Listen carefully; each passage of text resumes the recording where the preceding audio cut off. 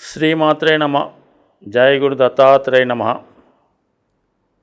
ఈ వీడియోలో మనం కేతుగ్రహం యొక్క ప్రభావం వివిధ రాశుల మీద ఏ విధంగా ఉండబోతుంది అన్న విషయాన్ని మనం పరిశీలిద్దాం.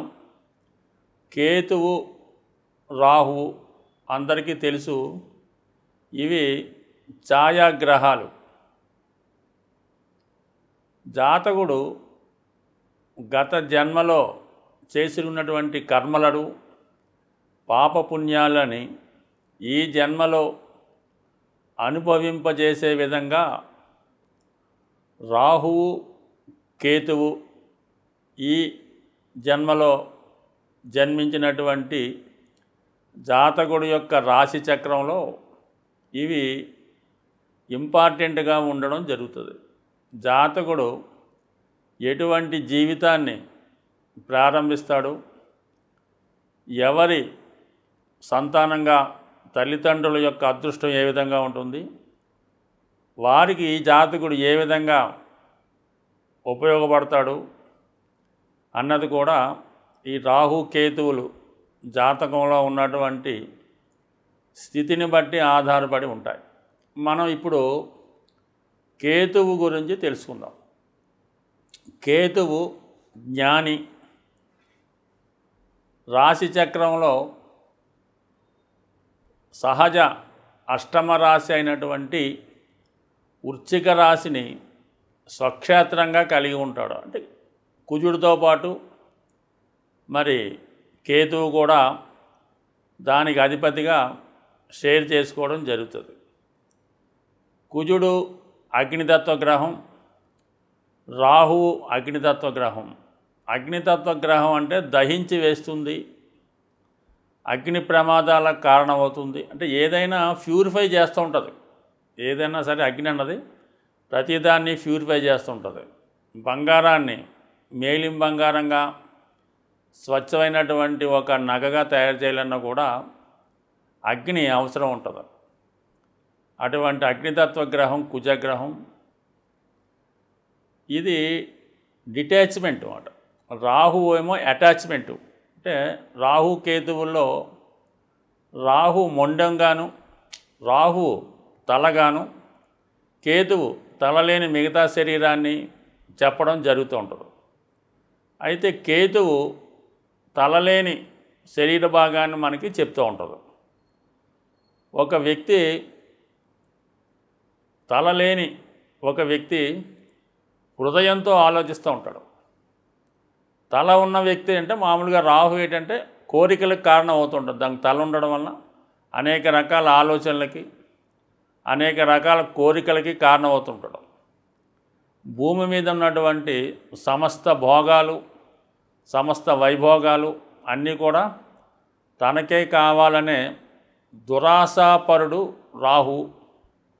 అయితే కేతువుకి తల లేకపోవడం వలన భూప్రపంచం మీద ఉన్నటువంటి అన్ని కష్టాలకి, అలాగే అంత వైరాగ్యానికి, ఏమీ ఆశించకుండా ఫలితాన్ని పొందడానికి, అంతరించిపోతున్న సంస్కృతిని, జాతిని కాపాడడానికి కేతువు కారణం అవుతుంటాడు. కేతువు చాలా జాలి అయిన హృదయాన్ని కలిగి ఉంటాడు. ఏది ప్రతిఫలం ఆశించకుండానే హెల్ప్ చేసే ప్రయత్నం చేస్తూ ఉంటాడు. ఎవరు ఏమి చెప్పినా కూడా దాన్ని అంగీకరిస్తూ ఉంటాడు. ఎవరిని బాధ పెట్టే ఉద్దేశం కూడా ఉండదు.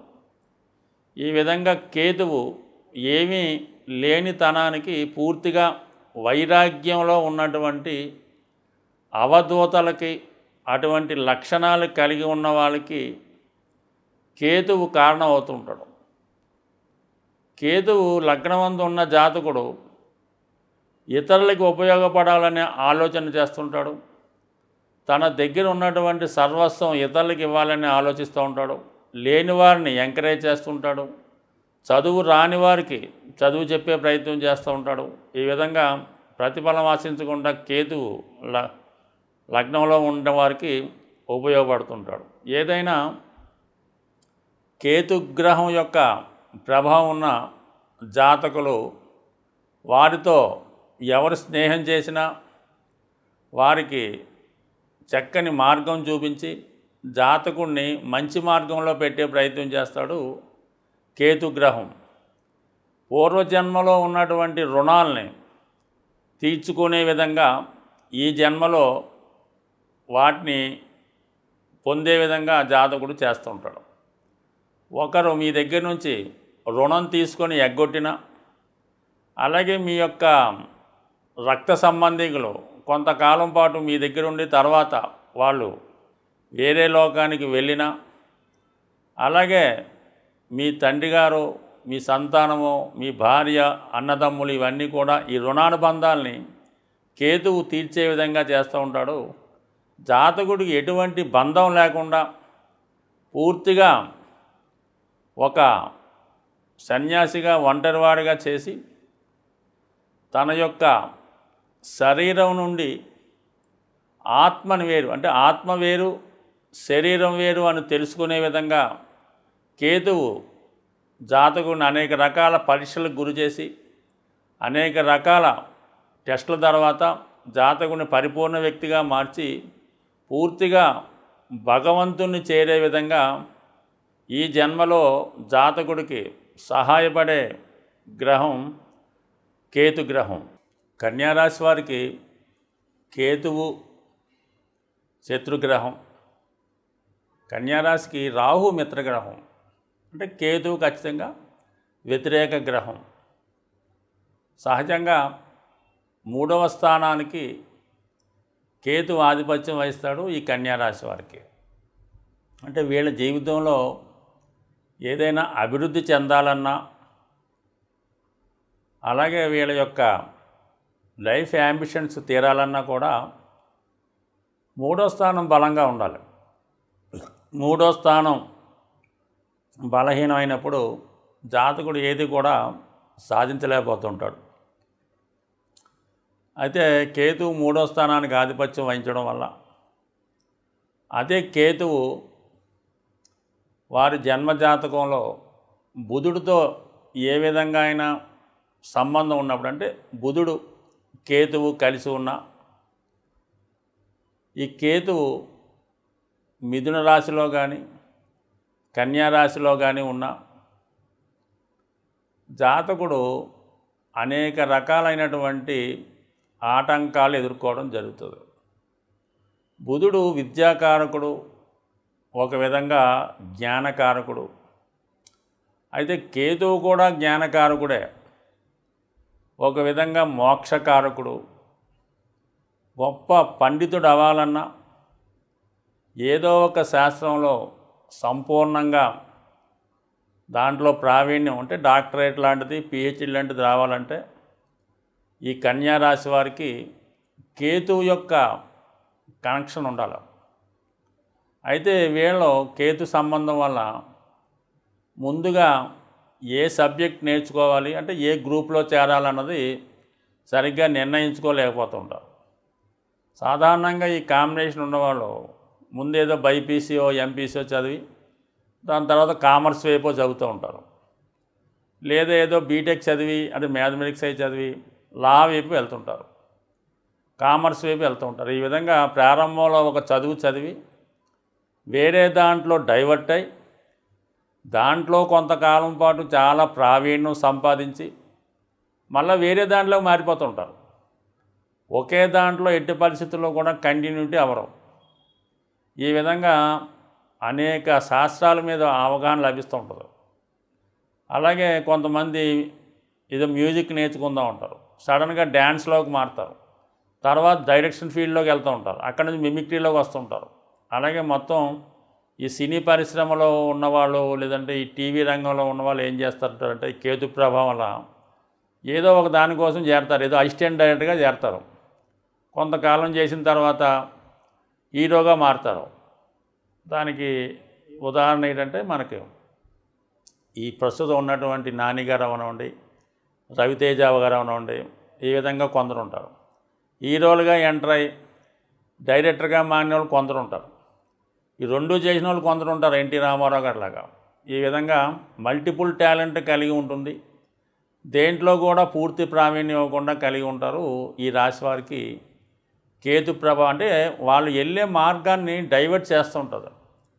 ఎప్పుడైతే వీళ్ళు ముక్తి మోక్షం వైపు, ఇతరుల శ్రేయస్సు కొరకు, సొంత లాభం లేకుండా ఇతరుల కొరకు వాళ్ళ యొక్క గమ్యం ఉంటుందో అప్పుడు వీళ్ళకి కేతువు సహకరించి అన్ని రకాల బంధాలు ఏదో విధంగా దూరం చేసి వాళ్ళని గమ్యం వైపు చేరుస్తూ ఉంటాడు.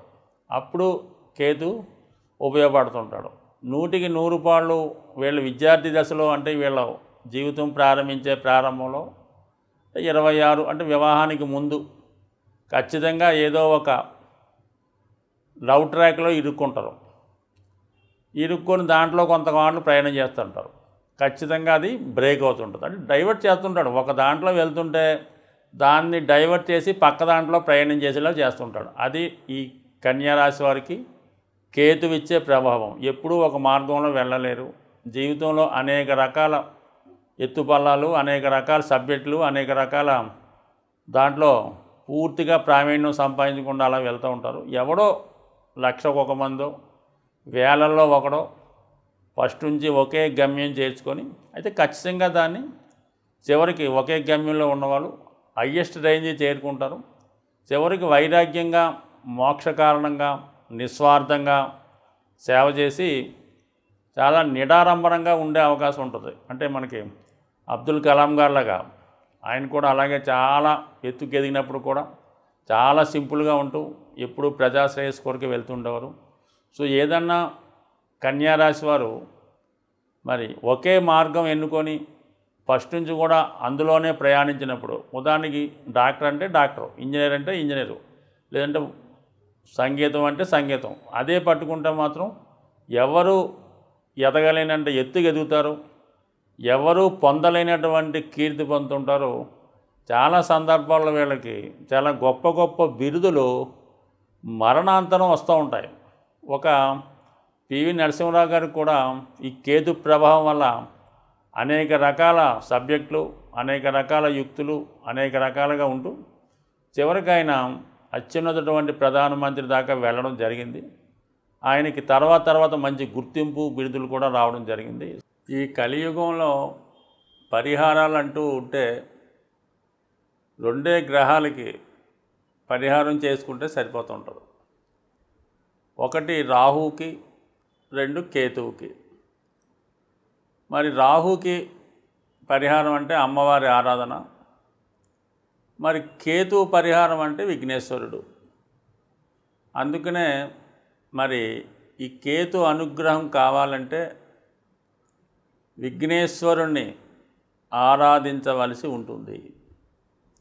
ముఖ్యంగా ఏ పని ప్రారంభించినా ఈ కేతుగ్రహ ప్రభావం గల రాశుల వారు ఎవరైతే ఉంటారో వాళ్ళు, అలాగే ముఖ్యంగా కేతు దశ జరుగుతున్న కేతు నక్షత్రాలైనటువంటి అశ్విని, మఖ, మూల నక్షత్రాలు, అలాగే ఈ కేతువు కన్యా రాశిలో ఉన్న, మిథున రాశిలో ఉన్న, లేదు మనం వివాహ కోసం ప్రయత్నం చేస్తున్నప్పుడు సప్తమ స్థానంలో కేతు ఉన్న, ఈ విధంగా కేతు ఏ భావంలో ఉంటే ఆ భావాన్ని ఇబ్బంది పడతాడు.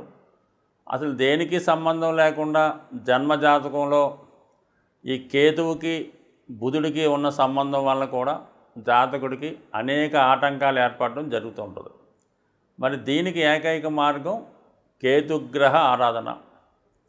అంటే కేతువుకి మనం ప్రసన్నం చేసుకోవాలంటే ఒకటి విఘ్నేశ్వరుణ్ణి ప్రతి మంగళవారం పూజించుకోవడం వల్ల, ఉలవలు నానబెట్టి ఉడకబెట్టి గుర్రాలకు ఆహారంగా ఇవ్వడం వల్ల, గణపతిని గరికతో అర్చన చేసుకోవడం, ముఖ్యంగా విఘ్నేశ్వరుడికి ఉండ్రాళ్లతో అభిషేకం, ఉండ్రాళ్లతో హోమం చేయడం, సంకష్టహార చతుర్థి రోజు ఉపవాసం ఉండి ఆ రోజు విఘ్నేశ్వరుని విధి విధానంగా పూజించడం, ముఖ్యంగా వృద్ధుల్ని, అనాథల్ని, మతి స్థిమితం లేని వాళ్ళని ఆదరించి వాళ్ళకి ఏదో విధమైనటువంటి రక్షణ కల్పించడం కానీ, వాళ్ళకి ఏదైనా వాళ్ళకి కోరుకున్నటువంటి బహుమతి లాంటిది, వాళ్ళకి ఏదైనా వస్త్రాలో, దుప్పట్లో,